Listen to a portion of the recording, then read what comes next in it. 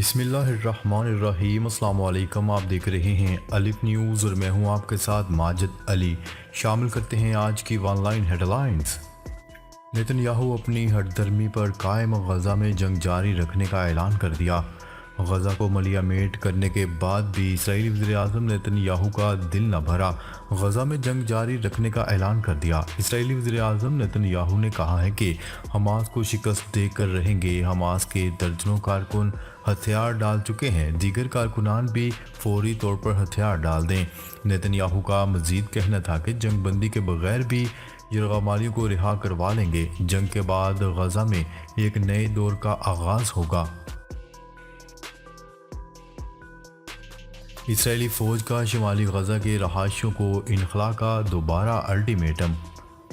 ترجمان اسرائیلی فوج کا کہنا ہے کہ غزہ کے لوگوں کے لیے انخلا کی فوری ہدایت جاری کر دی گئی ہے۔ اسرائیلی فوج کے ترجمان کے مطابق جاری کیے گئے حکم میں کہا گیا ہے کہ شمالی غزہ کے لوگ اپنی جگہیں فوری طور پر خالی کر دیں۔ اسرائیلی فوج کا کہنا تھا کہ شہری صلاح الدین روڈ سے ہوتے ہوئے دیر بالا کے علاقے چلے جائیں۔ ادھر فلسطینی ہلال احمر کا کہنا ہے کہ اسرائیلی طیاروں نے جنوبی غزہ میں العمل ہسپتال کے قریب کئی حملے کیے۔ روس کے خطرناک میزائل لانچرز بحیرہ اسود میں تعینات۔ نیوز رپورٹ کے مطابق یوکرین میں جنگ جاری رہنے کے ساتھ ہی روس نے اپنے کیلیبر اور کاراکوٹ کلاس کے میزائل لانچرز کو بحیرہ اسود میں دوبارہ تعینات کر دیا۔ کاراکوٹ کلاس میزائل لانچ کرنے والے بیڑے کو یوکرین کی جنگ میں نقصان پہنچایا تھا، لیکن روس کی جانب سے مرمت کے بعد یہ دوبارہ آپریشن کے لیے واپس آ چکا ہے۔ جو بائیڈن کی دعوت پر یوکرینی صدر آج امریکہ کا دورہ کریں گے۔ امریکی صدر جو بائیڈن نے اپنے یوکرینی ہم منصب ولادیمیر پیوٹن کو وائٹ ہاؤس میں آنے کی دعوت دی ہے تاکہ یوکرین کی فوری ضروریات پر بات چیت کی جا سکے۔ امریکہ کا حوثیوں کے خلاف بحری فوج جمع کرنے کا اعلان۔ امریکی اخبار نے انکشاف کیا ہے کہ امریکہ حوثیوں کی طرف سے بحری جہازوں کو لاحق خطرات سے نمٹنے کے لیے بحیرہ احمر میں کثیر القومی بحری فوج کو وسعت دینے کی کوشش کر رہا ہے۔ امریکی اخبار نے پیر کو ایک باخبر امریکی فوجی اہلکار کا حوالہ دیتے ہوئے کہا ہے کہ بہت سے ممالک دنیا کے اس حصے میں تجارتی جہاز رانی میں خلل کو روکنے میں دلچسپی رکھتے ہیں۔ ایران فضا سے فضا میں مار کرنے والے جدید ڈرونز کی نقاب کشائی۔ ایران نے اپنے ہتھیاروں میں فضا سے فضا میں مار کرنے والے میزائلوں سے لیس جنگی ڈرونز کو شامل کر کے اپنی فضائی دفاعی صلاحیتوں کو مزید تقویت دی ہے۔ سرکاری میڈیا کی رپورٹ کے مطابق اتوار کو رپورٹ کیا گیا ہے کہ ملک کے تمام سرحدی علاقوں میں فضائی دفاع کے لیے فضائی میزائلوں کو شامل کیا گیا ہے۔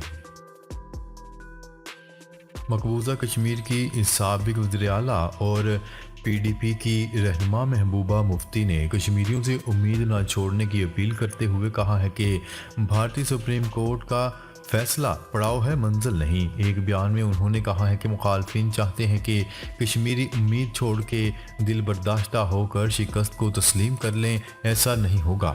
محبوبہ مفتی کا کہنا ہے کہ عدالت کا فیصلہ بھارت کے تصور کی ہار ہے۔